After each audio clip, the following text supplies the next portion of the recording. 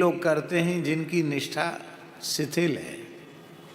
निष्ठा बलवती होने से सब कुछ संभव है, और ऐसे लोगों के साथ पद पद पर भगवान की कृपा करुणा के चमत्कार होते हैं। संत दादू दयाल जी का एक दोहा पूज्य स्वामी श्री राम सुखदास जी महाराज के मुख से हमने सुना था। दादू दुनिया बाबरी सोच करे गैली, रोटी देसी राम जी तड़का उपैली। सूर्योदय पीछे होगा, रोटी की व्यवस्था पहले हो जाएगी। आपका जो व्यवहार है, जो आहार है, उसके अनुरूप व्यवस्था भगवान कर देंगे। बस आपकी निष्ठा परिपक्व होनी चाहिए। हमारे पूर्वजों ने कैसी परिस्थितियों में धर्म को सुरक्षित रखा है।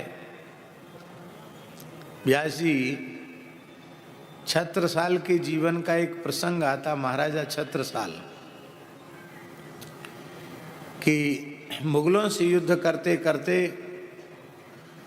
वे अत्यंत श्रांत और क्लांत हो चुके थे। उनकी अधिकांश सेना वीरगति को प्राप्त हो चुकी थी, लेकिन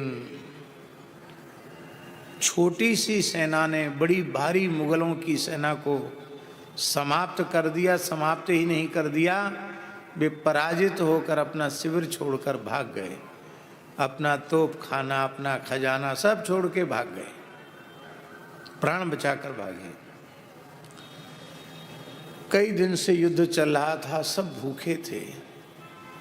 तो क्षत्रिय वीर सरदारों ने कहा छत्रसाल से कि महाराज अब भूख सही नहीं जाती, अब लगता है प्राण निकल जाएंगे। तो आपद धर्म समझ करके हम लोगों को जो कुछ इनके रसोई घर में रखा है ये खा लेना चाहिए। अब मुगल सेना की रसोई घर में क्या रखा होगा, उसकी चर्चा इस पवित्र स्थान से, पवित्र पीठ से करने की आवश्यकता नहीं। अखाद्य पेय ही सब था वहाँ। उस समय महाराज छत्रसाल ने कहा कि मैं यह अनुमति नहीं दे सकता हूँ। हमारे प्राण भले ही चले जाएं, लेकिन अखाद्य वस्तु का स्पर्श ही हम नहीं कर सकते। म्लेच्छों के स्पर्श की हुई वस्तु खाएंगे? कदापि संभव नहीं है। तो बोले महाराज फिर बिना आपकी आज्ञा के हम लोग कुछ ग्रहण भी नहीं करेंगे, आप भी कुछ ले लीजिए, या हमें उपाय बताइए, हम प्राण रक्षा के लिए क्या करें। तब आपने देखा घोड़ों का रातब पड़ा हुआ था, घोड़ों के लिए दाना भिजाया हुआ, उसको रातब कहते हैं। तब उन्होंने कहा ये पवित्र है, इसको खाओ। तो घोड़ों का रातब खाकर अपनी भूख बुझाई छत्रसाल ने और उनके वीर सैनिकों ने, किंतु म्लेच्छों का स्पर्श किया हुआ अखाद्य का स्पर्श भी उन्होंने नहीं किया।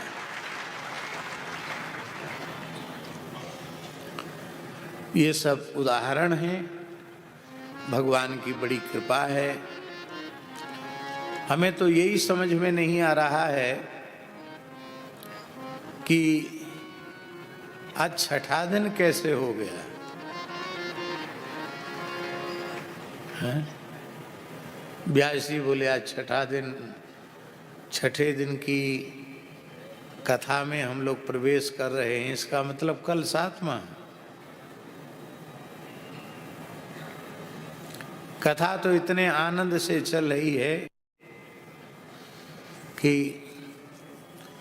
कम से कम एक चातुर्मास से यहाँ हो।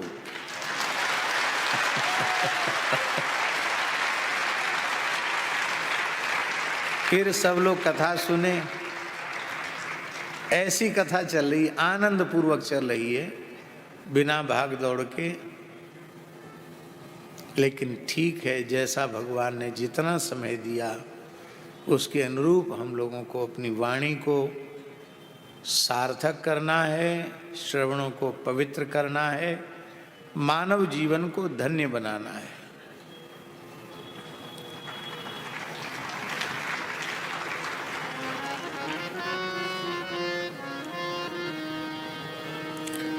कड़ुआ चिरायता पीने से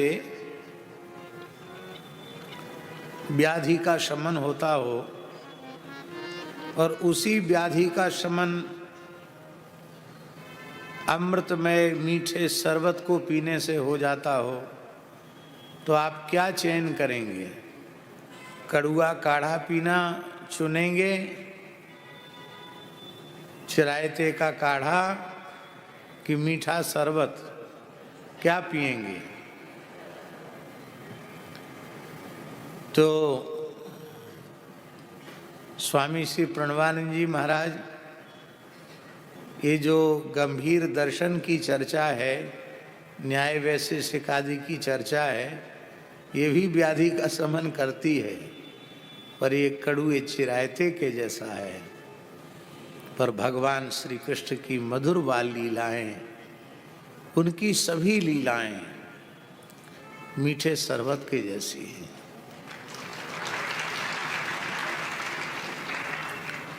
आहा,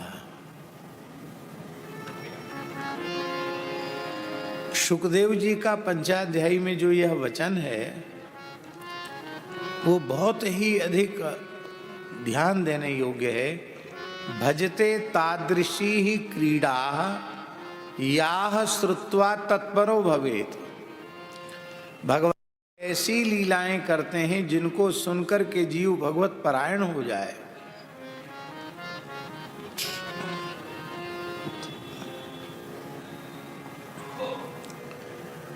एक हमारे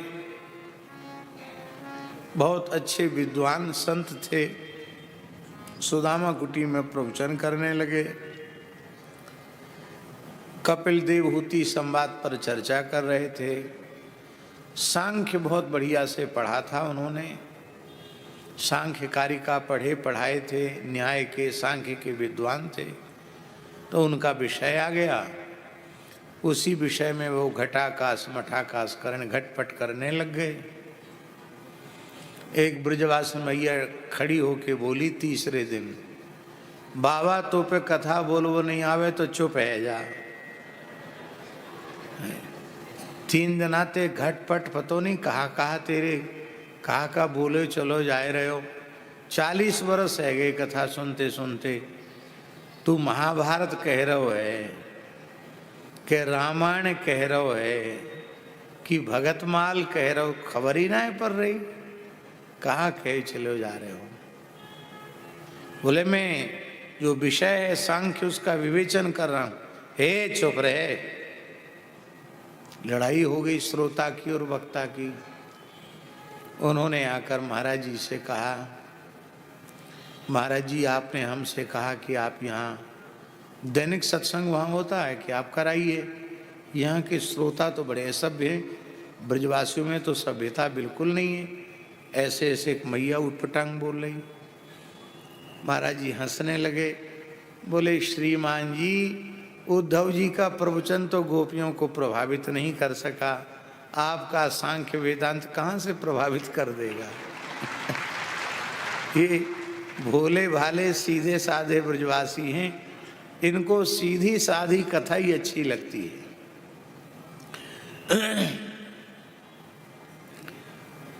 ज्ञान का अनादर नहीं है, तत्व ज्ञान का अनादर नहीं है। हम ये बात कई बार पहले कह चुके हैं।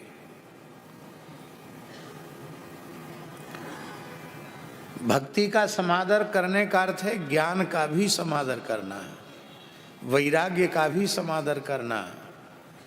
ज्ञान वैराग्य जर्जर दुर्बल हैं तो भक्ति हृदय में स्थिर नहीं रह सकती है, भक्ति हृदय छोड़कर चली जाएगी। भक्ति को सुस्थिर रखने का साधन है ज्ञान वैराग्य भी युवान होने चाहिए। अनादर नहीं है ज्ञान वैराग्य का।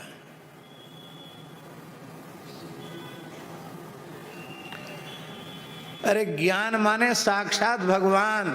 हाँ, सत्यम ज्ञानम अनंतम ब्रह्म श्रुति कह रही है। ज्ञान माने भगवान। ज्ञान का नादर भगवान का नादर है। ज्ञान भगवान से भिन्न वस्तु है क्या? और प्रेम भी ज्ञान पूर्वक ही होता है। जिस विषय का ज्ञान ही नहीं होगा उसके उसमें हमारा प्रेम कैसे होगा? इसी को गोस्वामी जी ने अपने शब्दों में कहा, जाने बिनु न होए प्रतीति, बिनु प्रतीत होए नहीं प्रीति,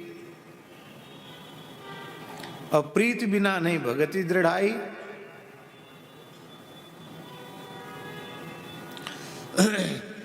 महाराष्ट्र के वारकरी संतों ने तो ज्ञानोत्तर काल में भक्ति को स्वीकार किया है।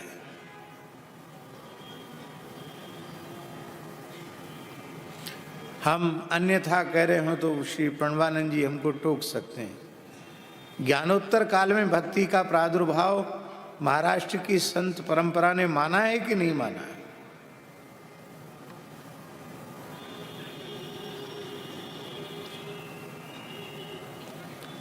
संत ज्ञानेश्वर महाराज से लेकर के तुकाराम महाराज तक ये सबके सब तत्वज्ञान संपन्न थे। और कितने बड़े भक्त थे, कितने बड़े प्रेमी, कितने बड़े अनुरागी, कितने बड़े भागवत। इस कराल कलिकाल में तुकाराम जी सदैव गरुड़ पर विराजमान होकर वैकुंठ गए। इससे बड़ी आश्चर्यजनक घटना और क्या हो सकती है?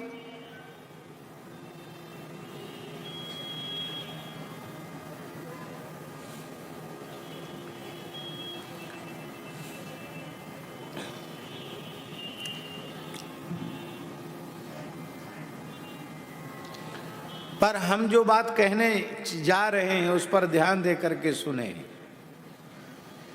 केवल शाब्द बोध से अविद्या का नाश नहीं होता है।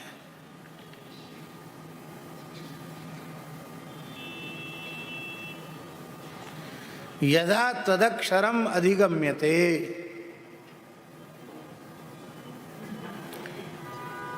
परोक्ष ज्ञान से अविद्या की निवृत्ति होती है क्या? परोक्ष ज्ञान से अविद्या की निवृत्ति नहीं, अपरोक्ष ज्ञान से अविद्या की निवृत्ति होती है। हमने प्रस्थानत्रयी को, उपनिषद को, ब्रह्मसूत्र को, गीता जी को बारंबार सुना। अपरोक्ष ज्ञान नहीं हुआ तो हमें कौन सा लाभ मिल जाएगा उससे? किंतु भले ही हमें अपरोक्ष बोध नहीं हुआ, किंतु भगवान की मधुर बाल लीलाओं को सुन सुन करके भगवान की लीलाएं ध्यान में आने लग गई, भगवान की झलक ध्यान में आने लग गई, भगवान में प्रेम हो गया, भगवान से संबंध जुड़ गया कि चलो हमारे लाला तो बालकृष्ण ही हैं, ऐसा भाव मन में पक्का हो गया। तो बोलो कल्याण में संदेह है कि नहीं? कल्याण में कोई संदेह नहीं। भगवान जानते हैं कि ये गंभीर तत्व ज्ञान की चर्चा के सब अधिकारी नहीं हैं, तो चलो हम ही इन लोगों के कल्याण के लिए कुछ ऐसी लीलाएं करते हैं जिनमें इनकी सहज प्रीति है। जैसे गृहस्थ लोग होते हैं, उनके बच्चों में स्वाभाविक वात्सल्य उनका होता है। बच्चों की आश्चर्य में डाल देने वाली जो उनकी क्रीड़ाएं हैं, बालकों के जो कौतुक हैं, वो कहने सुनने में उनको अच्छे लगते हैं। देखा होगा लोग चर्चा करते हैं, हमारा बच्चा ऐसा, हमारा पोता ऐसा, हमारी पोती ऐसी। ठाकुर जी ने कहा ये पोता पोती में फंसे रह जाएंगे। हम ही इतनी बढ़िया से बढ़िया लीला करते हैं कि पोता पोती के रूप में या लाला लाली के रूप में हमारी चर्चा करेंगे तो इनका काम बन जाएगा, इनका कल्याण हो जाएगा। परीक्षित ने पूछा, महाराज संस्थापनाय धर्मस्य प्रशमाये तरस्य च। श्री कृष्ण धर्म स्थापन के लिए प्रकट होते हैं, अधर्म के प्रशमन के लिए। और उन्होंने कितना गड़बड़ काम किया बताओ। दूसरी की बहू बेटियों को रात में बुलाकर उनके सामने नाच गान किया। ये प्रश्न परीक्षित ने किया है। हम समझते हैं श्रवण भक्ति के आचार्य परम भागवत राजर्षि परीक्षित का यह प्रश्न नहीं हो सकता। हमारे जैसे कलिमल ग्रसित मलिनांतःकरण के जो जीव हैं वे इस प्रकार के प्रश्न करेंगे, ऐसा विचार करके हमारे जैसे लोगों का प्रतिनिधित्व करते हुए उन्होंने ये पूछा है। तब उन्होंने कहा कि भगवान की कोई लीला ऐसी नहीं है जिसको कहने सुनने से जीव का अकल्याण हो जाए।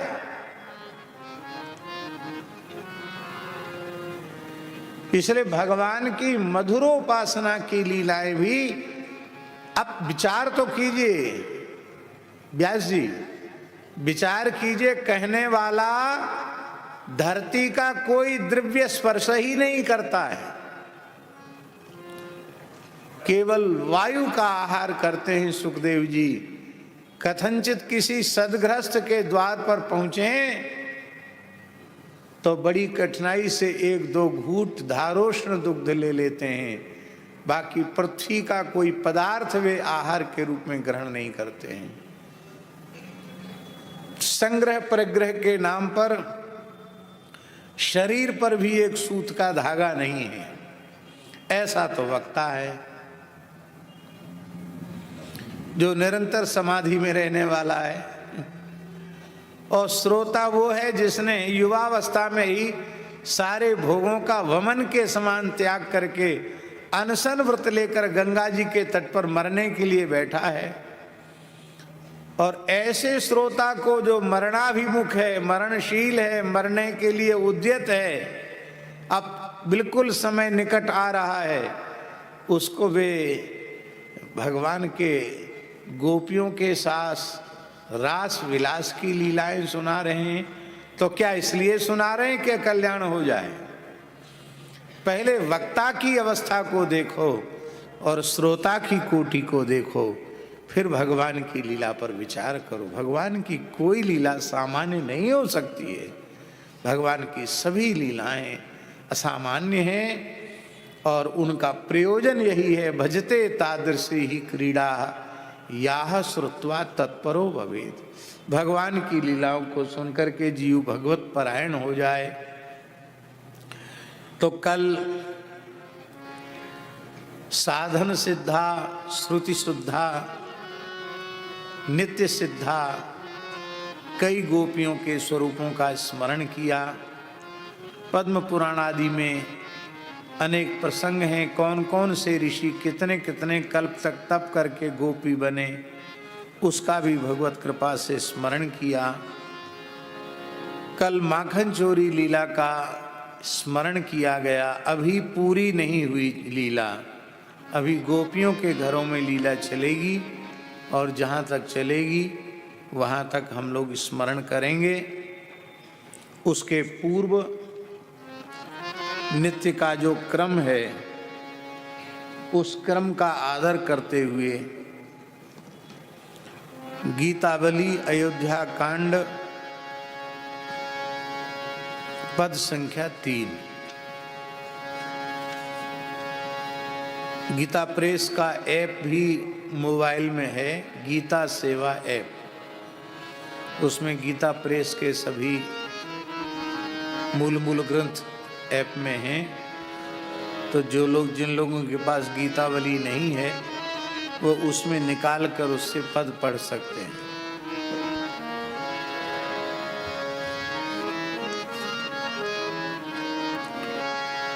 रही चलिए सुंदर रघुनायक, रही रही चलिए सुंदर रघुनायक, रही चलिए सुंदर रघुनायक, रही चलिए सुंदर रघुनायक। जो सुत तात वचन पालन रत, जननी तात मान वेलायक। जो सुत तात वचन पालन रत, जननी तात मानि वेलायक। पहले पद में कौशल्या जी का वात्सल्य बोल रहा था। अब ये तीसरे पद में उनकी विवेक बुद्धि, उनका सदसद का विवेक बोल रहा है, उनका धर्मबोध बोल रहा है। बड़ा अद्भुत पद है। रही चलिए सुंदर रघुनायक, रही चलिए सुंदर रघुनायक, रही चलिए सुंदर रघुनायक, रही चलिए सुंदर रघुनायक। जो सुत तात वचन पालन रत, जननी तात मान वेलायक।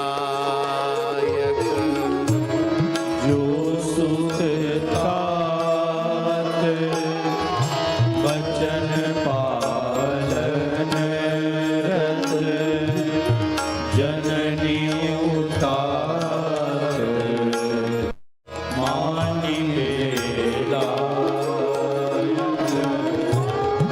रही चलिए सुंदर रघुनायक,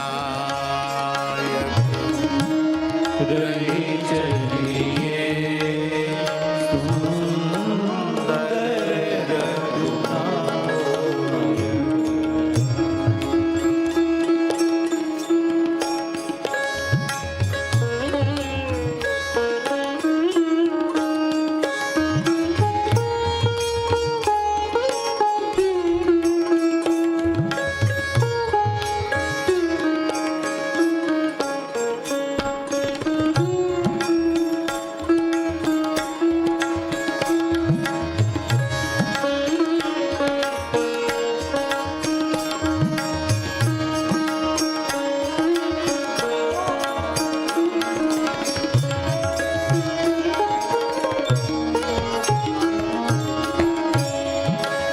वेद विदित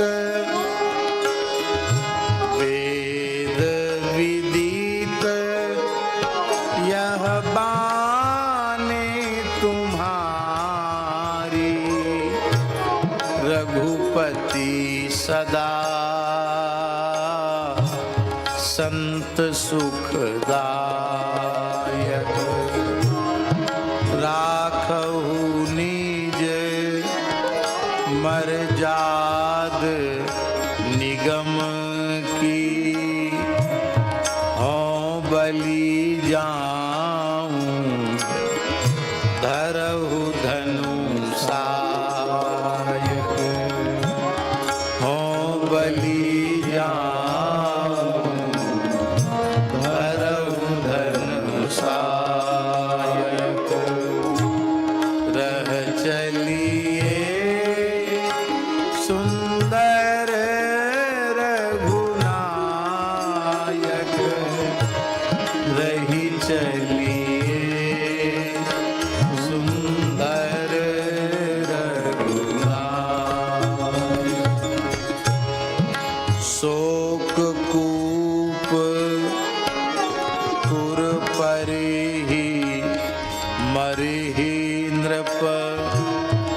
सुनि संदेश रघुनाथ सीधा यक शोक कूप पुर परहि मरहि नृप सुनि संदेश रघुनाथ सिधायक यह दूषण विधि तो ही होत अब राम चरण वियोग उपजायक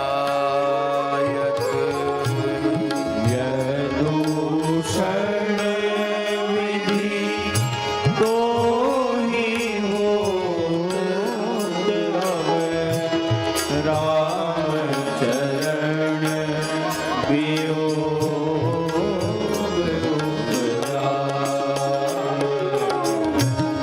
रह चलिए सुंदर रघुनायक रही चलिए सुंदर रघुनायक रह चलिए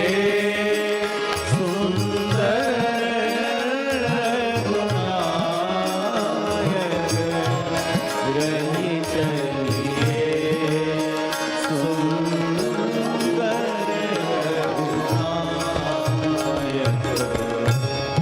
मातु बचन सुनी स्रवत नयन जल कछु स्वभाव जन नर तनु कायक मातु वचन सुनी स्रवत नयन कछु स्वभाव जनु नर तन पायक तुलसीदास सुर काज न साध्यो तुलसीदास सुर काज न साध्यो तो दोष होय मुहि मैयायक दोष होय मोहि मैयायक रह चलिए सुंदर रघुनायक रह चलिए सुंदर रघुनायक रह चलिए सुंदर रघुनायक रही चलिए सुंदर रघुनायक।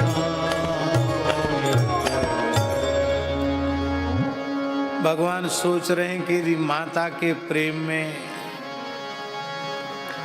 डूब करके मैं विचलित हो गया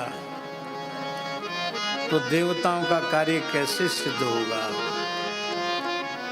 मुझे मेरे आने का मुझे दोष लगेगा क्योंकि मैंने सुर कार्य नहीं किया।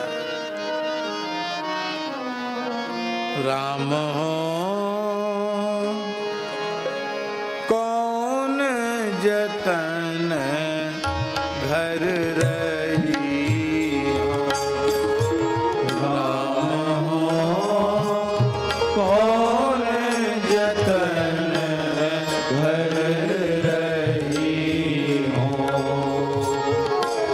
बार बार भरी अंक गोद ले लालन कौन सो कही हो। बार बार भरी अपनी गोद में ललन कौन से गई हो। ललन कौन सो गई हो। राम हो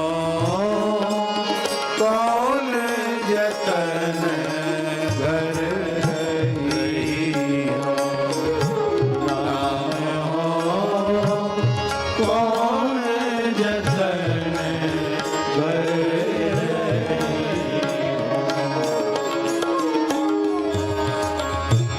इही आंगन बिहत मेरे बारे।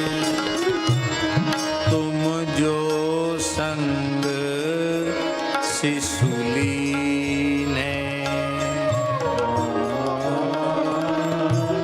तेरी आंगन बिहरत मेरे बारे। तुम जो संग शिशुलीने।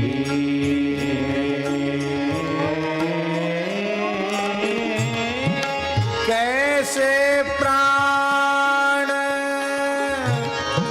रहत सुमिरत सुत। बहु विनोद तुम कीन्हे। बहु विनोद तुम कीन्हे। राम हो कौन जतन घर रही हो। राम हो कौन जतन घर रही हो। जिन श्रवणनी कल बचन तिहारे। सुनी सुनी हो अनुरागी।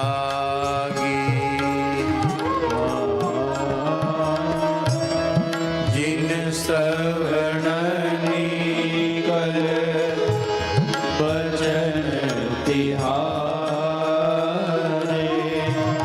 सुनी सुनी हो अनुरागी।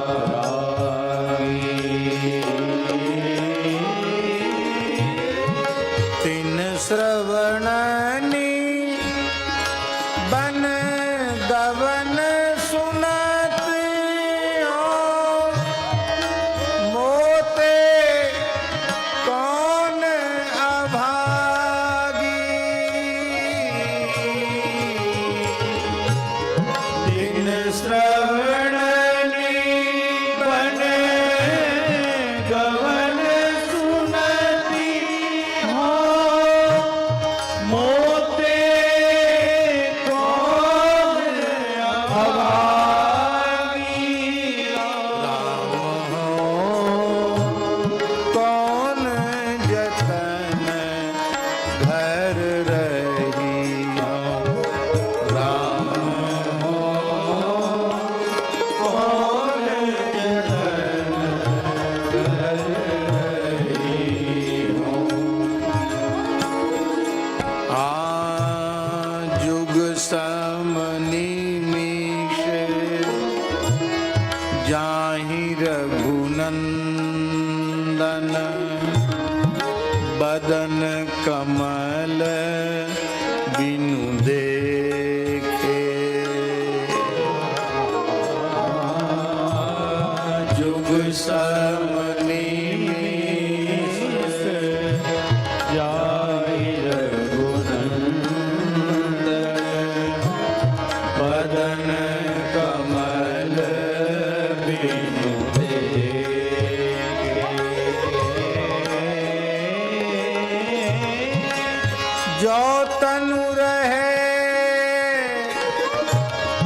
बरस बीते बलि कहा प्रीति एहि लेखे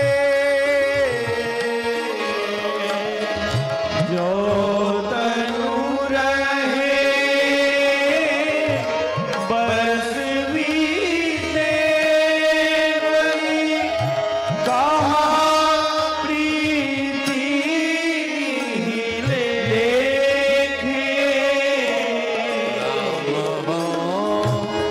कौन जतन घर रही राम हो कौन जतन कर रही हो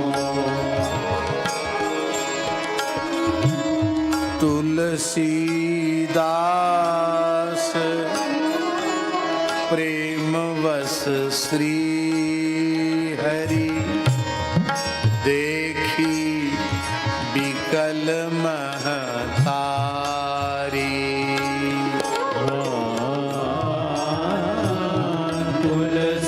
तुलसीदास प्रेम बस श्री हरि देखी विकल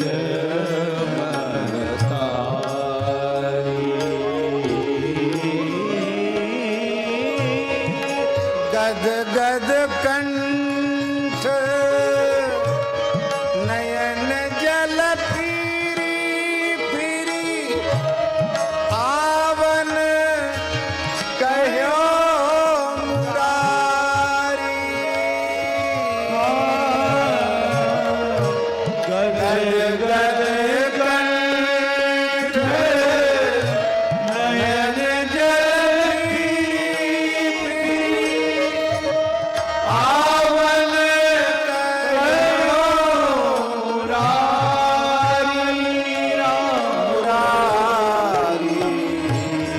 आवन कहो मुरारी राम कौन जतन घर रही राम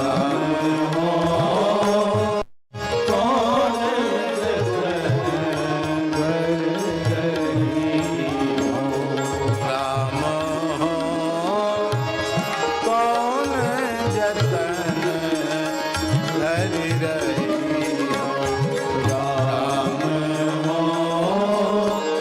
कौन जतन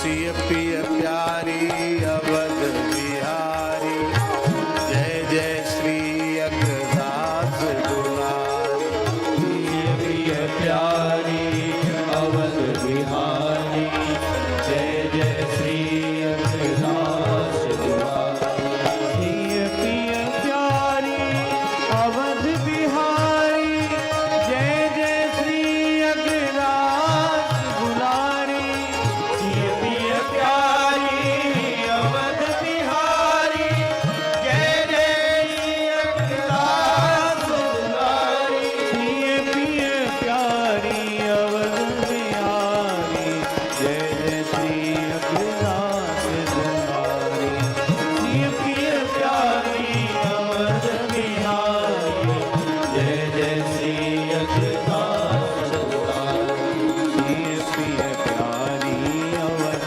बिहारी जय जय श्री अग्रदास दुलारी प्रिय प्यारी अवध बिहारी जय जय श्री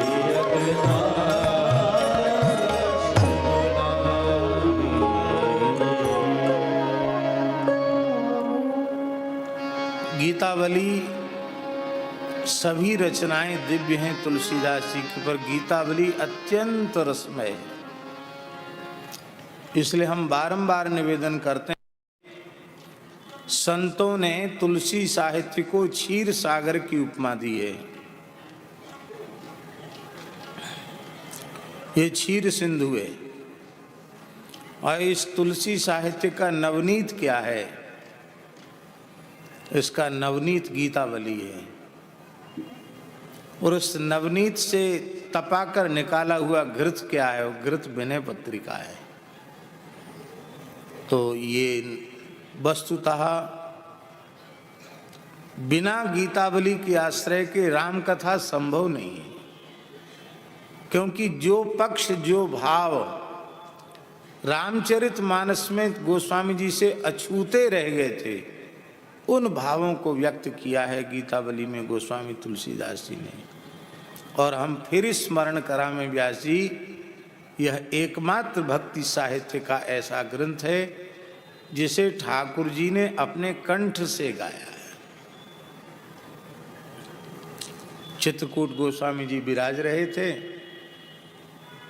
मौनी अमावस्या को प्रभु ने दर्शन दिया है, और उस समय तुलसीदास जी ने कहा कि आप लोग बड़े सुंदर तो हैं, आपका कंठ भी बहुत सुंदर है, बहुत मीठा बोलते हैं, आप कुछ गाएं तो बहुत अच्छे लगे। बाबा कोई पद हमको भी सुनते, आप कुछ पद लिखते हैं, हमको भी कोई पद लिख के दे दो, हम भी कुछ गाएंगे।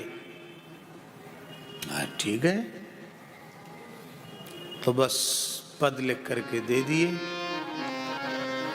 दूसरे दिन ठाकुर जी फिर आ गए, पहले वाला पाठ गा करके सुना दिया, दूसरा नया पद फिर लाओ।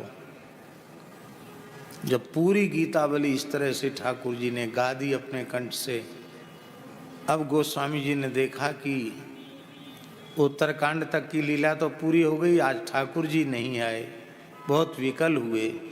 तब श्री ठाकुर जी ने कहा, गीतावली प्रकट कराने के लिए और उसे अपने कंठ से अपनी लीला खुद गाने के लिए मैं ही आ रहा था। सरकार ने, जैसे गीत गोविंद स्वयं जगन्नाथ जी ने गाया है, ऐसे ही गीतावली को स्वयं श्री सरकार ने गाया है, श्री राम लक्ष्मण ने गाया है। रामायण तो कुशलभ ने गाई है, पर गीतावली स्वयं राम लक्ष्मण ने गाई है। ऐसा अद्भुत है। अब हम लोग स्मरण कर रहे हैं, गोपियां परस्पर मन में विचार करती हैं कि जैसी मधुर लीलाएं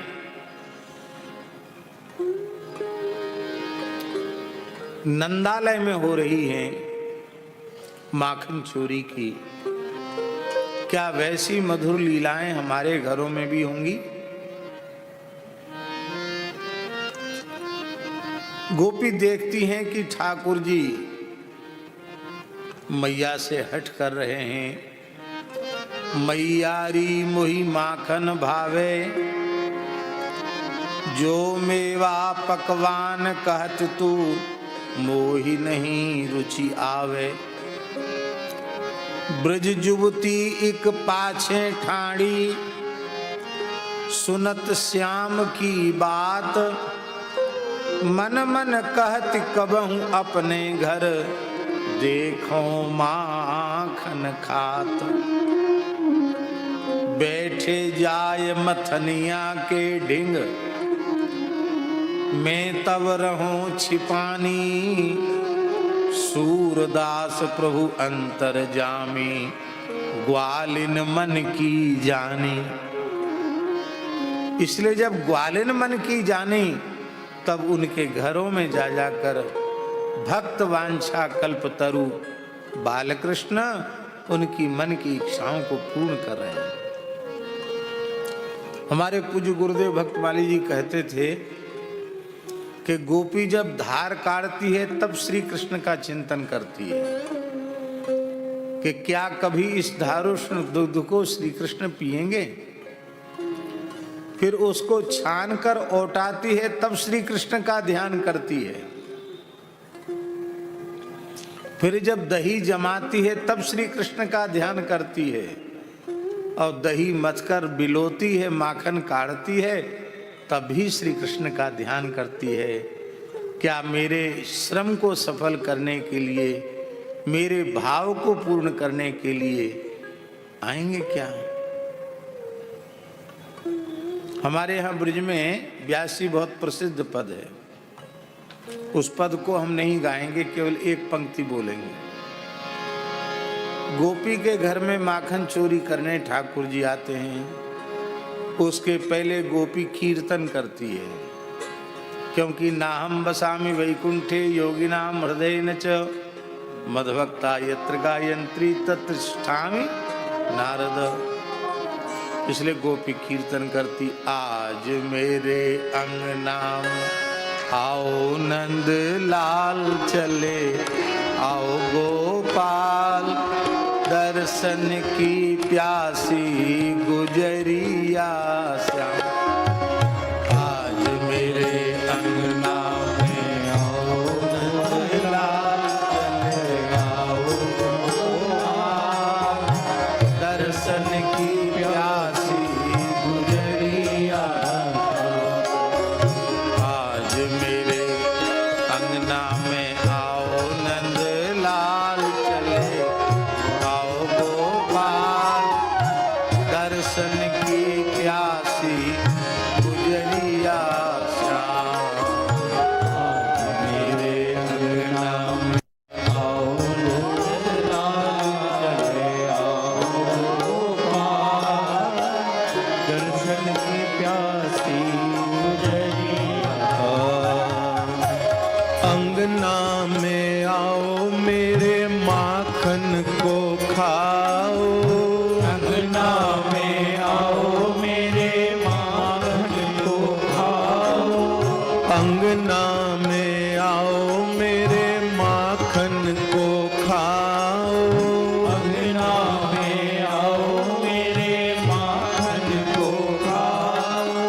खट्टी मीठी बत्तियां सुनाओ गोपाल, सुनाओ गोपाल दर्शन की प्यासी गुजरिया श्याम।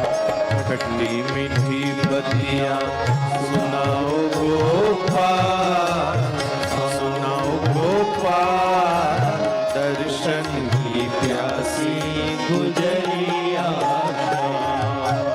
आज मेरे अंगना में आओ गोपाल, आओ गोपाल दर्शन की प्यासी गुजरिया श्याम। आज मेरे अंगना में आओ गोपाल, आओ गोपाल दर्शन की प्यासी गुजरिया। दर्शन की प्यासी गुजरिया श्याम। दर्शन की प्यासी गुजरिया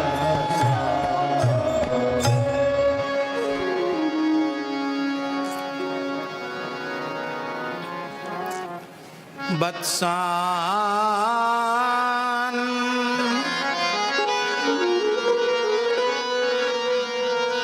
मुंचन क्वचिद समय क्रोश संजात हासः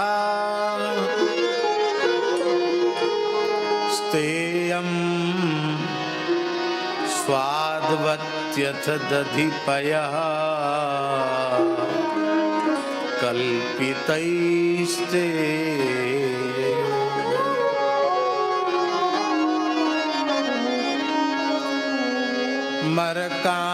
मरकान् भोक्ष्यन्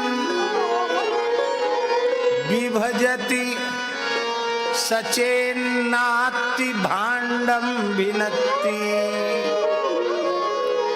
द्रव्यालाभे सगृह कुपितो यात्युपक्रोश्यतो काम।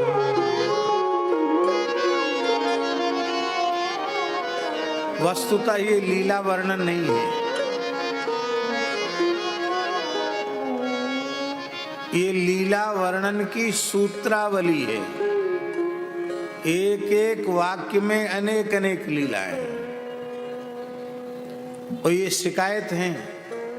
हाँ, कृष्णस्य गोप्यो रुचिरं वीक्ष्य कौमार चापलम शृण्वत्याः किल तन्मातुः इति होचुः समागता। इतिहास समागताः ऊचुः, वो आकर के कहती हैं, शिकायत करने के बहाने से आती हैं। शिकायत करना मुख्य नहीं है व्यास जी, बाल कृष्ण का दर्शन ही मुख्य है। शिकायत का तो बहाना है, बाल कृष्ण को देखना चाहती हैं। अब बार बार पहुंचेंगी तो मैया पूछेगी अब कौन सो काम रहेगा, काहे के लिए आई है? तब लाला की शिकायत लेके आई हूं। पहली लीला वत्सान मुंचन क्वचिद असमये एव वत्सान मुंचन। सरलार्थ तो यही है कि अभी गैया की धार कढ़ने का समय नहीं हुआ, दूध निकलने का समय नहीं हुआ, और इसके बीच में ही बालकृष्ण बछड़े खोल देते हैं। मैया हमारे गोष्ठ में तो धार कड़वे थे, पहले आने सबरे बछड़ा खोल दिए और बछड़ा अपनी अपनी गैयान को दूध पी गए। मैं तो संज्ञा को दूध ते मारी गई। माई गैया ने लत गई गैया, पर गैया ने दूध नहीं दियो।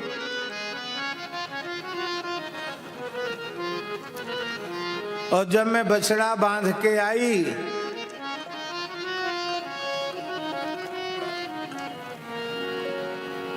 और मैं डांटने लगी तो एक ठहाका लगाकर हंसने लगा। लो, डांट खा के भयभीत होना चाहिए, तो ठहाके लगा के हंसने लगा। ऐसो ढीठ है तेरो कन्हैया, इस शिकायत लीला। श्री जीव गोस्वामी जी महाराज प्रत्येक लीला का बड़ा गंभीर आशय देते हैं। श्रीमद् भागवत की क्रम संदर्भ नाम की टीका में जीव गोस्वामी जी ने कहा है, वस्तुतः ये कर्म बंधन में अविद्या के खूंटे से बंधे हुए जीव ही बछड़े हैं।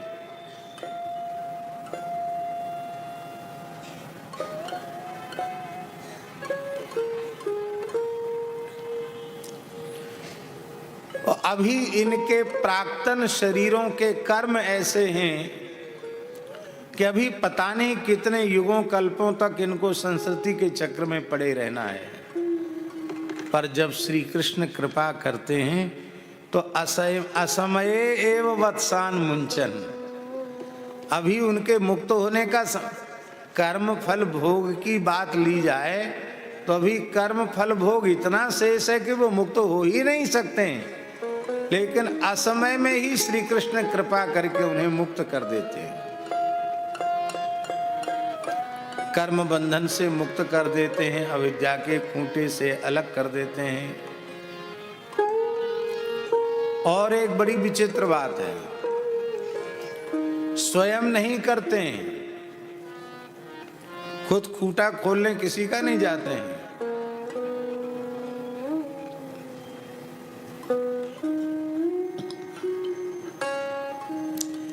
किसको इशारा करते हैं?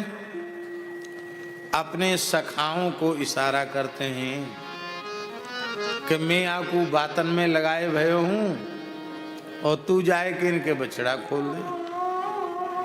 सखा खोल देते हैं। इसका भी बड़ा गंभीर आशय है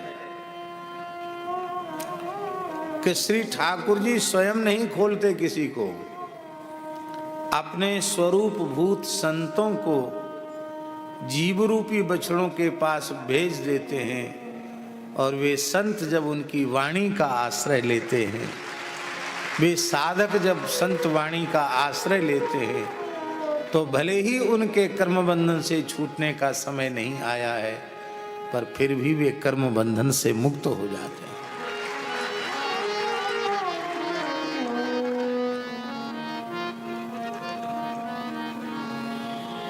एक गोपी के घर में ठाकुर जी माखन चोरी करवे गए। लीला ये है, गोपी ने माखन के भांड को ओखली में रख लिया और ऊपर मूढ़ा रख दिया, आसन डाल के बैठ गई। और बालकृष्ण प्रभु अपने सखाओं के सहित पधारे तो गोपी ने कही, आओ आओ लाल जी पधारो। या गोपी के घर को कृतार्थ करवे आए हो, हमारे सुमिष्ट माखन को भोग लगाए हुए आए हो, मैं जानू हूँ। तुम करते भये गोपिन के घरन में डोलो, पर देखो लाल जी, या में चोरी करवे की कोई बात ना है, ये घर तुम्हारो ही है और हमने बहुत ही सुंदर माखन निकासे है। बस बात ये है, माखन खोजनो पड़ेगो। तो श्री ठाकुर जी पूरे घर में घूम आए, कहीं मक्खन नहीं, छींका खाली पड़ा। छींका जानते हो ना, संस्कृत में शिक्यम कहते हैं, हिंदी में छींका कहते हैं। यहाँ क्या कहते हैं राजस्थान में? यहाँ भी छींका ही बोलते हैं वैसी। छींका खाली पड़ा। ठाकुर जी को सुगंध आई, बोले सुगंध तो यहां से आ रही जहां ये बैठी है, और बात कर रही है घर में खोज लो। ये बैठी बैठी क्यों बतराए रही है, ठाड़ी क्यों नहीं भई? तो श्री ठाकुर जी ने सखाओं को इशारे से कह दिया, खोल दो इसके बछड़े। सखाओं ने जैसे ही बछड़ों को खोला, बछड़े उछल करके गौशाला में जाके गैयान को दूध पीवे लग गए। ठाकुर जी ताली बजा बजा के नाचने लगे। लो, इतनी ताली बजाओगे तो चोर भग जाएगा। ठाकुर जी नाचने लगे और बोले, देख ले, तू यहाँ बैठी बैठी बातने बना रही है और तेरे बछड़ा बछिया सब खुल के गैयान को दूध पी रहे हैं। वो जैसे ही बछड़ा बछिया बांधने दौड़ी, ठाकुर जी ने मूढ़ा उठाया, उस पर विराजमान हो गए, माखन की मटकी गोद में पधरा ली और प्रेम से माखन भोग लगाने लगे। और सखा आ गए तुरंत। सखा थोड़ी वहां ठाड़े रहे, क्योंकि मार पड़ेगी, वो तो खोल के तुरंत आ गए, सखाओं को माखन खिलाने लगे। वहां से दौड़ के आई, तब तक तो बछड़े दूध पी चुके थे। यहाँ माखन खाते हुए सखाओं के सहित बालकृष्ण को देखा तो भीतर से तो बहुत प्रसन्न है कि आज हमारा श्रम सफल हुआ, आज मेरे भाव की पूर्ति हुई। पर प्रेम दिखाने की वस्तु नहीं है, प्रेम छिपाने की वस्तु है। तो अंतःकरण में प्रेम को तो छिपा लिया गोपी ने, ऊपर से बनावटी रोष करके कह रही है, सेंत मेंत में माखन आवे, दूध काढ़वे में गैयन की लात खानी पड़े, गैयान की सेवा करनी पड़े, गैया चरानी पड़े, कितनो श्रम करनो पड़े गोपालन में, और फिर दूध ओटाए के जमानो पड़े, और फिर जब जम जाए दही तो दही मथवे में एड़ी चोटी को पसीना एक करनो पड़े, दुल्लर ते तिल्लर है जाऊं तब जाए कि नेक सो माखन निकसे। इतेक श्रम सो प्राप्त माखन तेने लुटाए दियो तो लुटाए दियो, पर हमारी गैया दूधते हुए चली गई। ठाकुर जी कहते हंस हंस के बोलते हैं, देख ले गोपी, तू प्रेम ते आसन डार के जिमाए देती तो कम से कम संजा को तेरी गैया दूध तो दे देती। पर जो जीव हमारे संग चतुराई खेले ना, बाकी चतुराई को फल बाकू यही मिले। बोलो भक्तवत्सल भगवान की जय। मधुर मधुर लीलाएं करते हैं। स्तेयं स्वादवत्यथ दधिपया, यहाँ जो स्वादवत विशेषण जो है ना, स्वादिष्ट, ये विशेषण सबके साथ है। नवनीत के साथ भी है, दही के साथ भी है, दूध के साथ भी है। और ये स्वाद